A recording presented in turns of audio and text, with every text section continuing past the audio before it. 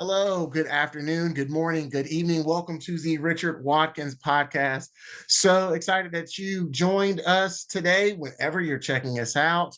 Before we get started, we have to give a huge shout out to who make this podcast possible, the Science Policy Action Network, your go-to source for any services related to connecting science to its stakeholders, whether they're government organizations, community organizations. If you have questions, the Science Policy Action Network has answers. If you're looking for more information on the Science Policy Action Network, check them out at www.span-inc.org. Again, that's span-inc.org. Now, with that out of the way, let's get to what we all came here for. We have a very, very special guest that I'm really excited about. Dr. Shelby Baez. Dr. Shelby Baez research examines the impact of psychosocial factors on health outcomes after sports-related injuries. With a focus on patients after anterior cruciate ligament reconstruction, her lab examines the impact of psychosocial factors on biological outcomes, such as neurocognitive functions, biochemical alterations, and secondary injury risk. Her lab also seeks to identify clinically feasible novel psychosocial interventions to improve health outcomes. These techniques range from graded exposure therapies to virtual reality, mindfulness, meditation. Dr. Baez has been funded by the National Institutes of Health and other regional and national foundations to support her work. I know I left something out. That sounds really, really complicated. I'm not even sure if I said all of those words correctly. But it's all live, you know what I'm saying? So how did I do? What did I leave out? And most importantly, thank you for joining us today. Yeah, you did great. Thank you so much for having me. I'm glad you're here. Glad you're here. So I had an opportunity to check you out at Carolina Science Cafe. And for those of you who don't know what Carolina Science Cafe is, if you like science, you love really interesting scientific topics, and you also enjoy beer and pizza after a long day of work, come check out Carolina Science Cafe, where you can see amazing speakers such as Dr. Baez. But while we were there, you were talking about sports, which I love, but you were also talking about injuries. And as an athlete who is an old man now, but can tell when it's about to rain because I'm still dealing with sports related injuries that hit near and dear to my heart. So tell me a little bit more about what you do. And I guess, why did you decide to do it? Yeah, that's a great question. So my background, I'm an athletic trainer, so living more on the sports medicine side, so a healthcare provider that specializes in the evaluation and prevention of sport-related injuries, when musculoskeletal injuries, as well as sport-related concussion. And I'm also trained as a sports psychology professional. So with both of those backgrounds, my interests from a research perspective and also from a clinical perspective is in the psychology of sport injury. So I always tell this story when people ask me, how did I get into this space? I was working clinically as an athletic trainer, and it was my first time working a soccer camp by myself. And I was so excited and so pumped to be there. And I get called down to the field, and it was clear that someone tore their ACL. And I start having the whole conversation about how I don't have MRI vision, and let's get you referred out to an appropriate provider. And the athlete just started listing off all of her accolades to me, how she signed at XYZ University and how she held this national record and that national record. And at that time, I had absolutely no idea how to help her. And as I continued in my clinical career as an athletic trainer, I recognized the importance of these different psychological responses on improving my clinical outcomes. My patients who felt more confident and more motivated seemed to do better than my patients who seemed to be more fearful and less confident and less motivated. But at that time, I had no clue what types of interventions or things that I could do to try to improve some of those psychological factors that I knew was impacting my clinical outcomes. So break down a word for me really quick, because when I read your research, bio, it came up a lot. So it was psychosocial. Mhm. So, I mean, I guess that word means psychological and sociological, but in the context of sports medicine, what's that working definition?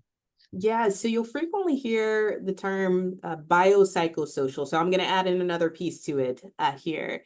And when we think about treating patients as healthcare providers from a psychologically informed standpoint, we want to address patients at this biopsychosocial intersection. So one way to help understand what this means is by discussing this term called biomedical. So prior to thinking about psychological and social factors, we really practice under this biomedical lens, meaning that we only really cared about the functional outcomes associated with someone's disease state, the biological factors. Could they move? What's their strength look like? And then we check the box from there. So really focusing on someone's health from a biological standpoint. Now, we recognize that humans are humans and humans are complex, and you can't just think about recovery in just the biological lens, which is where we see this biopsychosocial approach come into play. And what that suggests is that biological factors like function, like strength, like pain, which can fall into a couple of those tiers, can influence psychological responses. So if I don't feel strong, I may feel more fear. And then on the vice versa, if I feel more fear, I may be less strong because I can't adhere to my rehabilitation.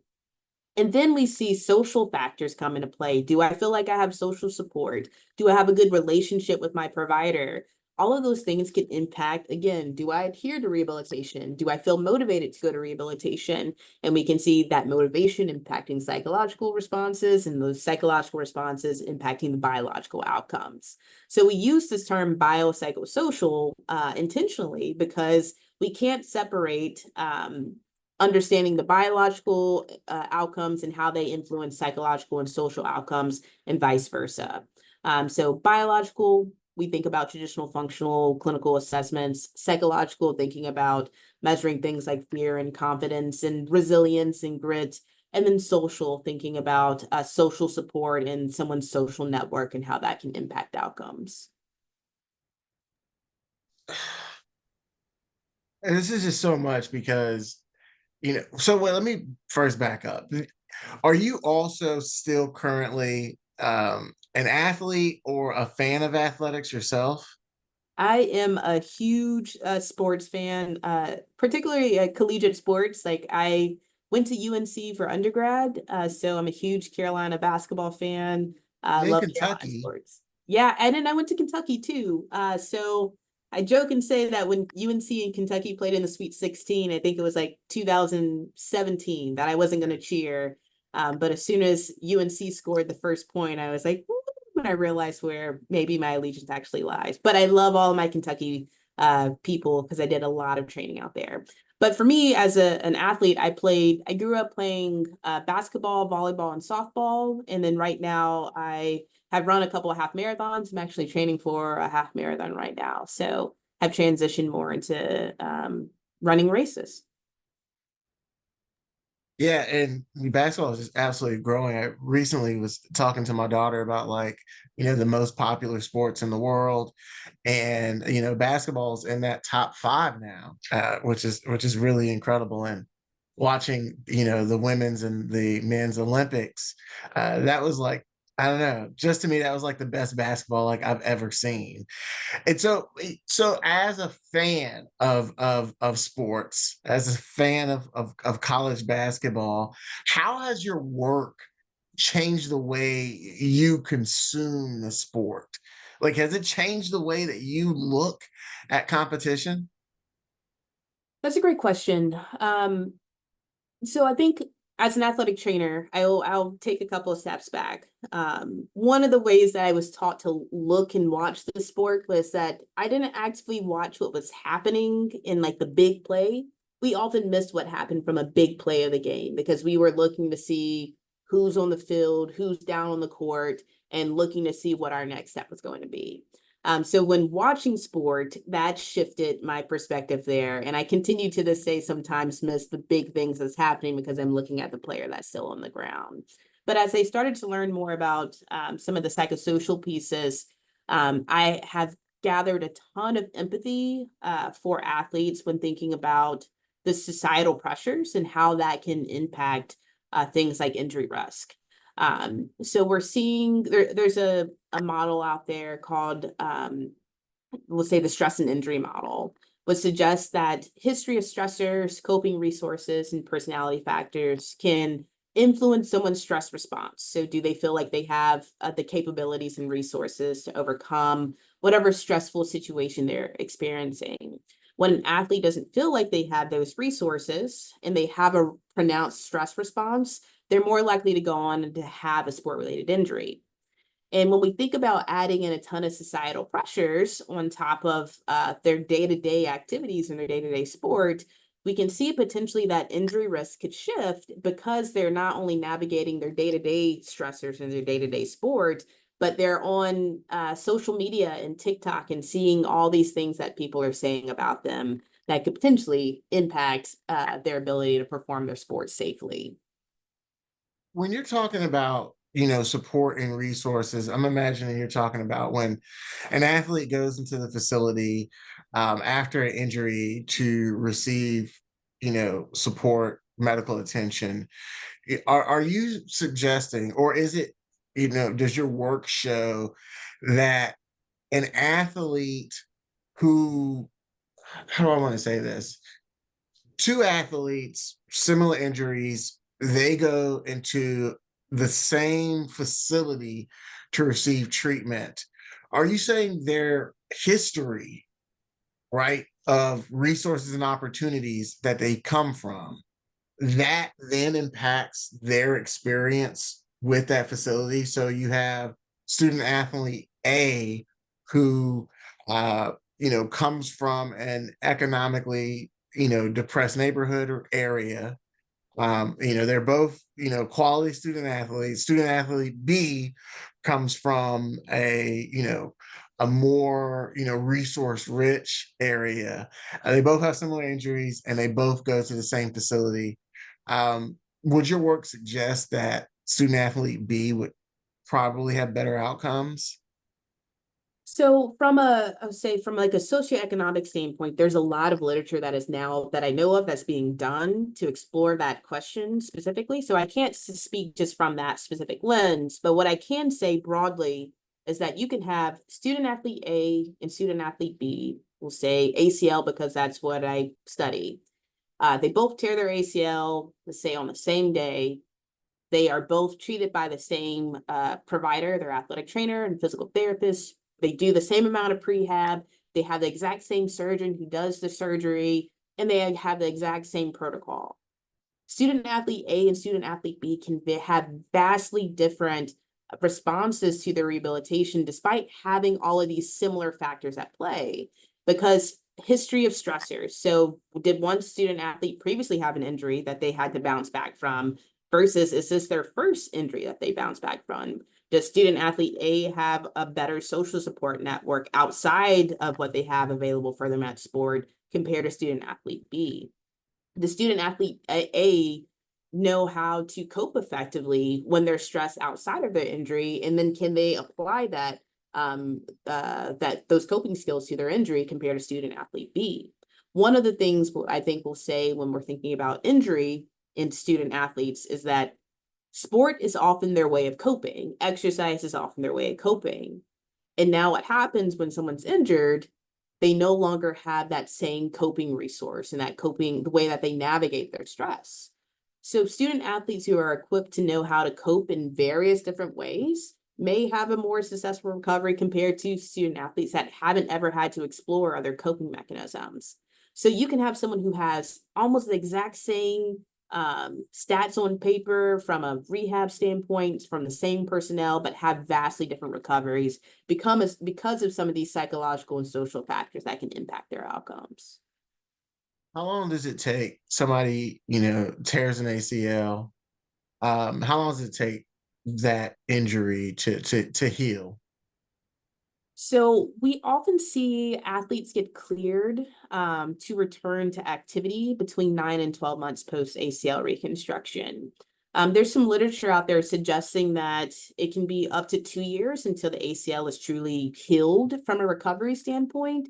But we're not holding athletes out of sport from all the way up to 2 years. But what we can see is that when athletes meet at least that 9-month minimum post their reconstruction, their risk of having a secondary ACL injury, another ACL injury, significantly decreases. So it's a long time. It's a long recovery process, and it can Right. be mentally draining. Yeah, one of the things that we hear a lot of times is athletes, as they kind of get up there in age, one of the things that they are less and less likely to want to have to put up with is kind of that rehab, recovering from an injury. It's grueling.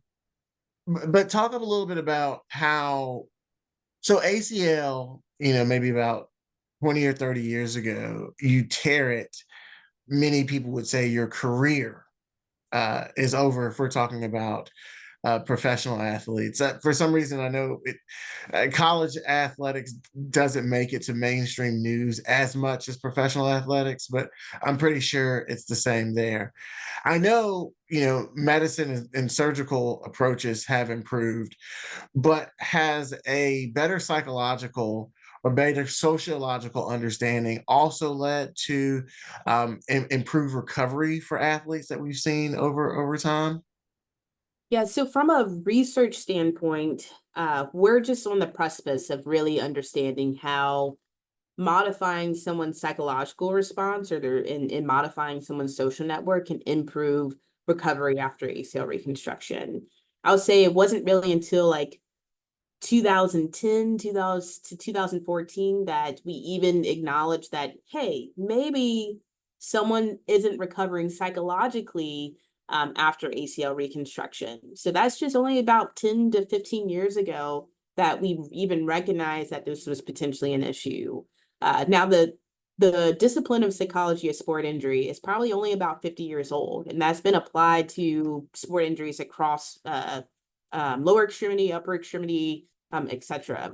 But when we think about ACL, we're still in a very, very new space and trying out so many different things to see what we can do to improve their long-term outcomes. Now, if we think about, I use Clay Thompson as an example. He underwent ACL, he had an Achilles tendon rupture, and he spent a lot of time really working on the mental side and figuring out how to cope outside of his sport. So he spent a lot of time on the water. He bought a boat and really enjoyed that as a source of stress relief. And then he was able to come back from his ACL injury and then go on and win an NBA championship. Now, we can't necessarily buy everyone a boat to recover from their ACL reconstruction, but we can help athletes develop a toolbox so that they can learn how to cope, whether that's using something like mindfulness meditation or really honing in on their goal setting to make sure that can help to improve their confidence and motivation throughout the rehabilitation process to improve their outcomes. We have an idea about what can help people, but we haven't had enough time to really establish robust research investigations to see what's going to be the thing that really is the game changer to improve their psychological and social recovery. Again, we have Dr. Baez, UNC researcher specializing in sports medicine and psychology. I want to ask two questions. I don't know what the best order to ask these questions in, but I want to focus on kind of that kind of social network, that social support group. Um, Athletes are a strange breed, right? You know, representing just a fraction of society. It can be the case, perhaps, that unless you're an athlete, you kind of just don't understand, kind of thing, right? Mhm. Very rarely do people who are not athletes kind of understand the pressures of athletes and so on and so forth, right? So, what is the makeup of a strong social support group or social support network for a recovering athlete? And I'm imagining it's kind of a thing,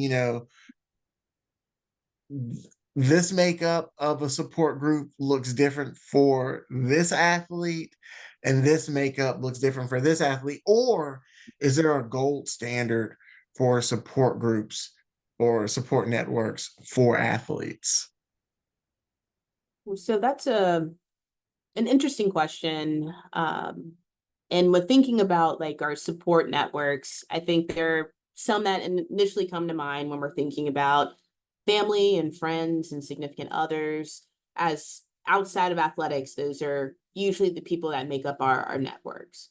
When we're thinking about rehabbing from an injury, if we're outside of athletics, we're also going to potentially be thinking about our providers, potentially our physical therapists, our occupational therapists, our physicians, or orthopedic that we've been working with.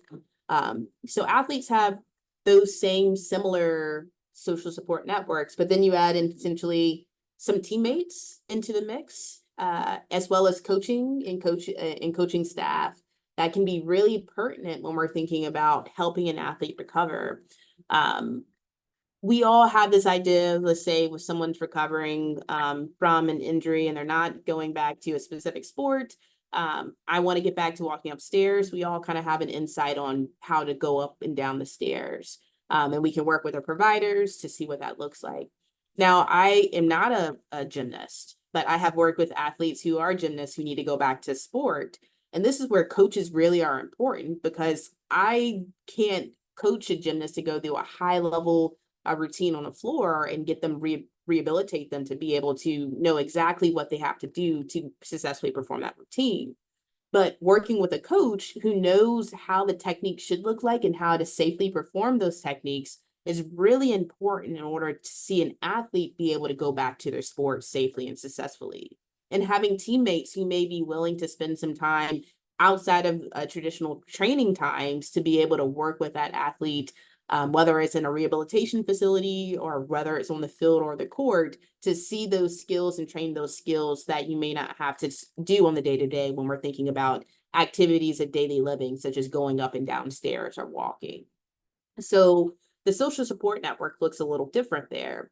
And as we get into a even higher level of athletics, and we're thinking about professional stages in the realm of social media, even now, hearing what people are saying about you as you're navigating your injury recovery and rehabilitation experience can also be potentially positive or potentially negative for someone, depending on what they're saying via social media.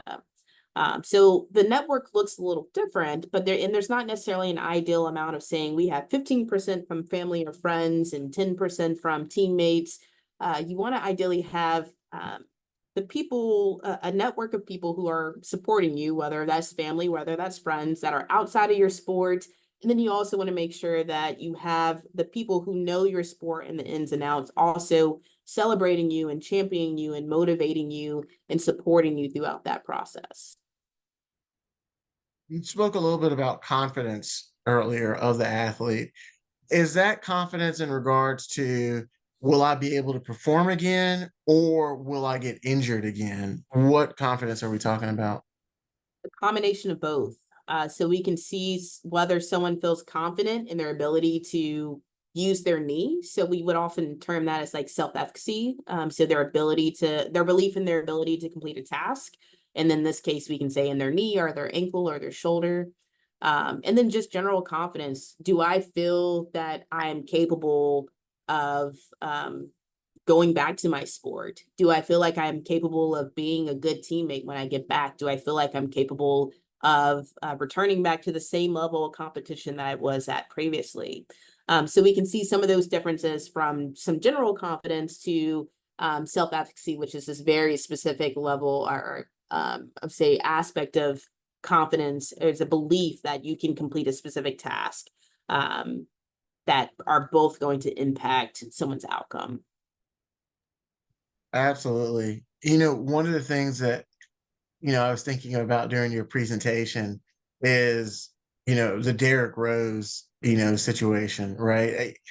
While you were presenting, I leaned to a colleague next to me, and I was like, "Oh man, Derrick Rose is like the perfect example of all." And like, No sooner did I got out of the, my mouth the word rose, you brought up that slideshow, that presentation, but that included, Derrick Rose on it. I felt like that was kind of as just a fan, that was kind of hard to kind of deal with because you saw an individual who, I don't know, I can't think of another basketball player, and maybe you have one, that it was just like, man, if only that person wouldn't have gotten injured, who knows where they would be. I don't know. I mean, there's a lot of basketball players who've gotten injured, but I don't know. I felt like that one was one where you just really never got a chance to see that come through. If you had an opportunity to kind of assess Derrick Rose specifically, what I because it's a famous, athlete. It's top of everybody's mind, and I know you work usually at the collegiate level. But what kind of things do you think you would discover from, looking at that particular, I guess, case study would be the word. Yeah, there would probably be a lot that would be uncovered with one going into the Bulls with a ton of pressure to be the next MJ of the Bulls franchise. And you can only imagine the different levels of pressure that he probably felt in those early stages of his professional career. And then probably a ton of disappointment when navigating the injury process, and then constantly seeing articles about how he's never going to be the same, or how he let down the organization, or how he let down the fans, and probably a lot of disappointment and hurts, and expecting from this fan base that really supported him, and he helped to get the Bulls back into the limelight for the first time in many years, that seemed to turn on him for a bit. So I can only speculate so much, because a lot of this would have to just be on, one-on-one conversation with him. But I can imagine there would be probably some disappointment for how people responded to his recovery process early on. But I think hopefully he has some relief in being able just to play the game and still be playing the game that he loves, as he's continuing to navigate his career at this point. Wow. Well, that's really, really incredible. Is there a sport? I know you look at, like I said, ACL injuries, but is there a sport that it can be as out off the mainstream as possible? Like you can say, what's the sort of skeleton? You can say that if you want to. Is there a sport that you'd be interested in working with and kind of understanding both injuries and the psychology of the athlete, working through that injury for that particular sport? Is there a sport out there that like you haven't looked at, but you think it'd be pretty interesting? Yeah, I've been fortunate to be able to work clinically in some capacity, whether sports psychology or as an athletic trainer, a lot of different sports. So I've worked with equestrian athletes who have been some of my, like, I would say most stubborn in the best way, because they are just so tough, such tough athletes that I would love to learn more about. I've worked with archery athletes before. I've worked with ultimate frisbee, which I think that sport, we see a ton of ACL tears there. And a lot of people don't recognize what people are actually doing during ultimate frisbee, that could lead to ACL injuries. So I would love to do some more investigation there as well. I've worked the traditional basketball, the volleyball, the soccer. I loved working soccer. That was one of my favorite sports to work, because I never played it, so I could just enjoy watching it without thinking about what I would do or versus what I want to do. Um, but I would say right now, probably a sport that isn't in the mainstream that probably could utilize a lot more research and investigation would be ultimate frisbee. We've seen several ACL injuries within the past year from ultimate frisbee, but they engaged in cutting and changing direction, and they are very physical with their bodies by laying out to catch the disc. And there's a lot that goes into the sport that is a combination of soccer and basketball, and that could lead to some interesting psychological responses, as well as definitely clear functional and physical deficits. When you look at the athlete individually, what kind of, because we talked about some of the support, and I know you spoke at the onset of this podcast about some kind of intrinsic, factors that can influence. You were also talking about equestrians as being like really, really tough and so on and so forth. So what kind of personality traits are problematic? Well, I shouldn't say problematic, but you know what I mean. I don't want to say any Yeah. body is a problem, but what kind of personality traits do you have to kind of be on the lookout for when looking at an athlete's road to recovery?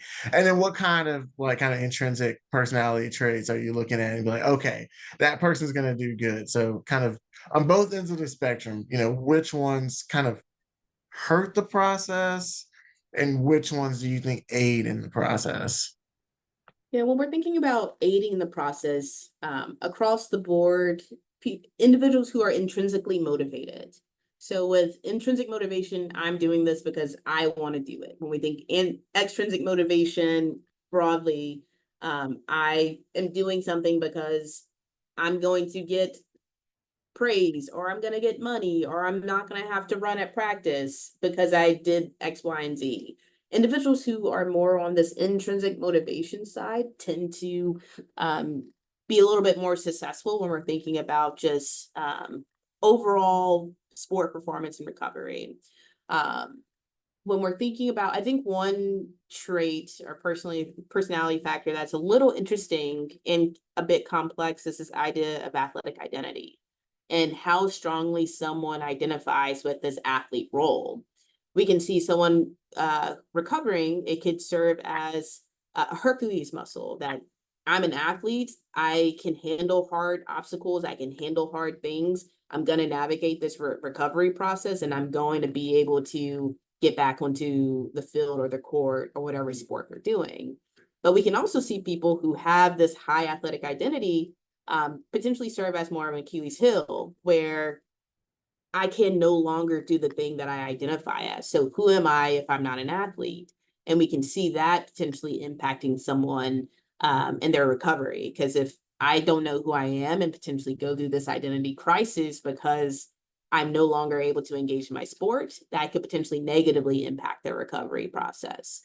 So we can see there's a couple instances where some personality factors or traits, something like athletic identity, could positively or negatively impact the recovery, depending on how the person channels that athletic identity in their recovery process.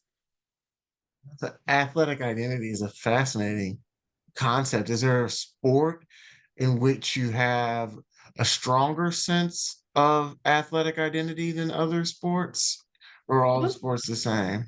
Yeah, it's such an individualized concept. So it's how much the individual identifies with this athlete. I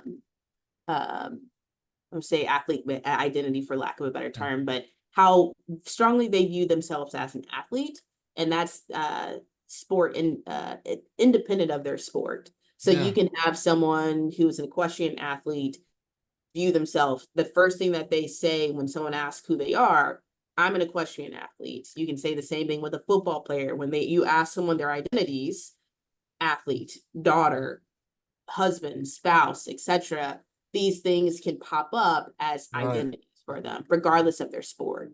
Right. Are you still an athlete? I mean, I run races, half marathons. I'm training for another one right now. I like to still say like I can do athletic things. I'm more of a recreational athlete, a weekend warrior at this point, than a competitive athlete. Weekend warrior sometimes enter the work week with a limp times. I So, was wait, so on just I would say a couple years ago, I was on the championship softball team in East Lansing, Michigan, when I was working at Michigan State. So we won summer and fall league. So if that makes me an athlete, then I'll take the athlete title. so if you're a weekend warrior, right? Where are you scoring as far as the athletic identity? How would you score? How would I my athletic identity would probably not be on a super high level right now, just because I've also identified other aspects of who I am outside of sport at this point in my life. So I've now am a professor and a researcher and a dog mom, and I have all these other things that really help to build who I am as a human. And part of what we actually do with athletes who may be having some issues with the recovery because the athletic identity is serving as more of their Achilles heel is helping them to identify who they are outside of their sport. And whether that's I'm a dog mom, I am a daughter, I'm a sister, I do X, Y, and Z hobby, and I like to crochet. I crocheter, and helping them identify different identities. So when they can't do this one part of their identity, that their whole identity isn't completely washed to the wayside. That's also really interesting to all right, so I know a lot of this is socialization and culture, but we usually, as a society, do not kind of combine into one person, an athlete and a scientist, right? So you're both an athlete and a scientist in one, but I'm imagining that you're scoring higher on the scientist identity right now than you are on the athlete identity right now.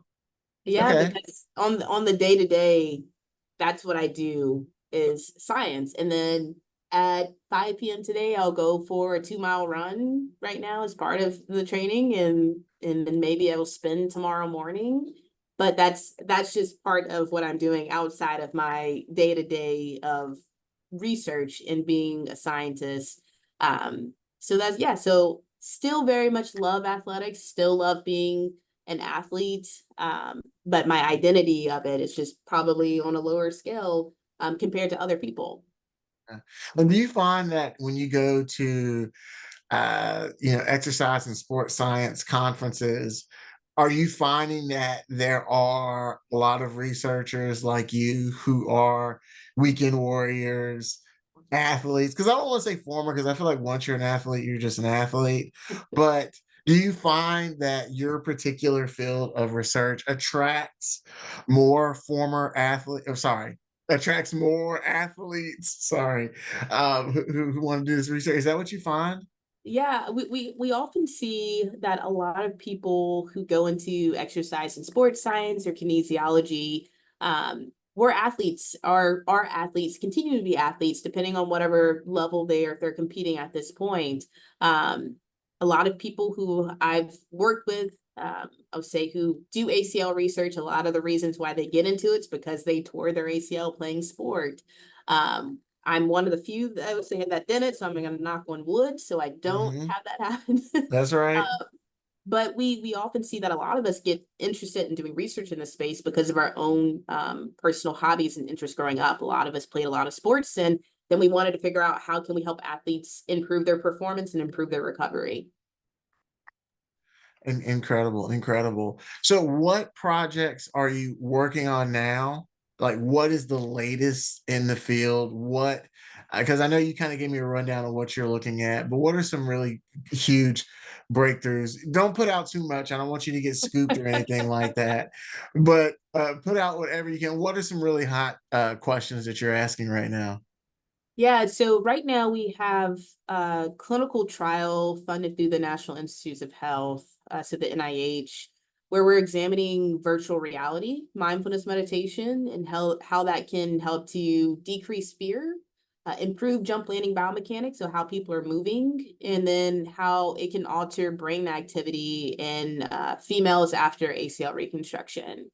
So we're on at the beginning stages of trying to identify different solutions to address some of those psychological factors. I think we've done a really good job at saying and recognizing that these psychosocial and psychological factors are impacting outcomes, but we're now at the very beginning of what do we do about it and how can we help providers more effectively implement these things into their practice. That's absolutely incredible. Now, this always happens, at least to me, because the people that I have a chance to talk to, including yourself, are just so magnificent and so incredible that an hour just goes by at the blink of an eye, right? And we're not in an hour yet. We're not in an Yeah, hour I yet. just took a But I look do and I was want like, to be wait. mindful. You've got knees to save and careers to save. Um, and so obviously I don't want to hold you up because I know your time is really precious, right? But because you're such an amazing person and because the work that you do is also so incredible, and I don't script out these conversations. Maybe you can tell, maybe you can't. Sorry, I don't script out these conversations. I always gloss over something or always miss something, or there might be a question that you, Dr. Baez, was hoping to jump on here and hear and then answer, right? And I'm always afraid of missing out on that one crucial, crucial question. So, out of that fear, it comes the point of this podcast that we always get to, where I turn to you, the guest, and say, what question did you hope that I would have answered when he asked but didn't ask? And please ask it yourself and then answer it. And again, I apologize ahead of time for not thinking of this question to ask you. So yeah, the floor is yours, Dr. Baez. Well, I need to think. There were a couple of things I was like, okay, maybe I could go one way versus the other. I think so. One of the aspects of my research line is about psychophysiology and how um, we can improve other outcomes separate from just someone's self-reported fear or their confidence. And the question would be, can you talk a little bit about how some of these psychophysiology outcomes and measures are associated with these psychological factors like fear and confidence after injury? So my response there would be, That's a um, good question. Sorry, that's a good no, one. good. I'm glad. So part of what we want to do is trying to start to figure out the link between why someone who has high levels of fear after ACL reconstruction are more likely to go on to have another ACL injury. There seems to be some sort of disconnect in what's happening from a physiological perspective. So my work is trying to identify some of those ties, which is why we do some work with functional MRI and looking at brain activation, as well as doing things like measuring reaction time. So we've identified that individuals who have higher levels of fear after ACL reconstruction actually have slower lower extremity reaction time. And this is problematic because we've identified that individuals who have slower reaction time are more likely to go on to have a second ACL or to go on to have a lower extremity injury. And what we're trying to see is that if someone who has higher levels of fear, is that affecting attentional processing while they're in their sport because they're also having to process their fear at the same time? And if we can teach people to be a bit more mindful, can we allow them to be able to not get overwhelmed by their fear, be able to attend to what they have to do during their sports, and then allow them to be able to respond and react to the environmental stimuli associated with their sport as effectively and efficiently as possible to decrease injury risk. So that's what we think is potentially happening from a physiological standpoint.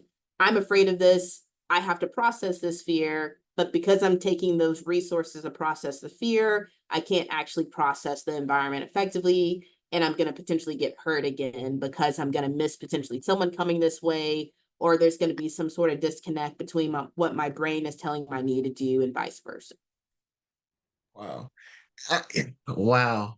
I feel like that question just has so many implications because one, just fundamentally, you're kind of just saying some people are scarier than others. Like I don't know what the scientific way of saying that somebody is scary. Like this individual is just scary. Like and you're like this is a more fearful individual, right? And I just think that's just such an interesting thing to just assess. And then, um, kind of put that into the context of athletics. Because I feel like an athlete, a good athlete at a certain level has to be fearless, right? To kind of execute their sport. I mean, you play volleyball. I mean, the way that you have to block out fear to literally block a spike, I think people take that for granted, right? Yeah, you have to be It's ready gotta to be, get hit in the face with the with the ball. goodness gracious, that ball is like on fire when it's coming off of being spiked. Yeah, that's so amazing to be able to assess, someone's fear. So that was a great question that I did not ask. I asked for your forgiveness on that. I'm now going to be, so this whole question at the end came out of my fear of missing good questions. So it's all of a source of fear. So I do know you also have a podcast that you host. You're kind enough to be on my podcast, but you also have a podcast. Is that right? Yeah, so I co-host JAT Chat, so through the Journal of Athletic Training, which is our social media podcast for clinicians and providers and patients to learn a little bit about what is actually happening from a science perspective. So we bring in authors of papers that are published in the Journal of Athletic Training, which is free of charge and free to anyone who wants to learn a little bit more about what's happening from a sports medicine research standpoint. And then we interview them and ask the authors to talk about their papers and to talk about what are the clinical take home points? What are the next steps? Where should we go from here? To help to translate sometimes some of the scientific processes that can feel a little bit complex when you're reading it in an article to digestible pieces for patients and providers to be able to listen, whether on their way to work or whether they have some downtime in the clinic, to be able to add potentially new techniques or learn a little bit more about a new condition that they previously didn't know via the podcast. Where can they find this podcast? Where can they find you? What, like, if you want to share, Yeah. what do you have? How can people keep up? Yeah, so you can check out my website, so www.shelbybaez.com. So my first name and last name.com. If you go to that website, you'll also find a link to JAT Chat, which is available via Spotify and Apple Podcasts. You should be able to pull it up that way as well. And we usually release an episode each month to be able to give you some new information as it relates to sports medicine.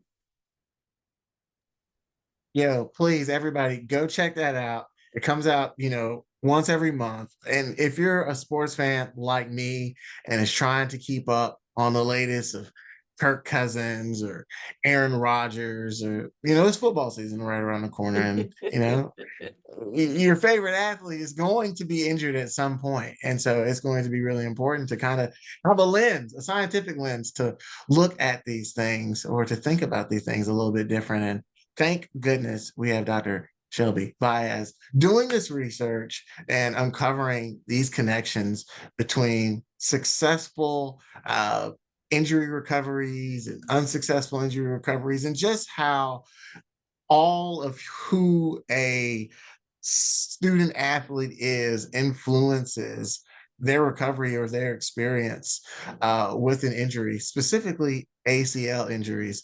I know I probably didn't summarize that correctly, Dr. Baez. No, Did I you did a do great okay? job. Yeah, you Oh, did fantastic. you're so nice. You're so nice. Dr. Baez, University of North Carolina, at Chapel Hill, assistant professor, Department of Exercise and Sports Science.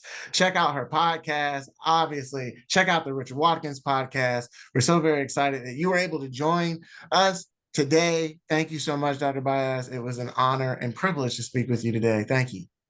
Thank you so much for having me. Take care.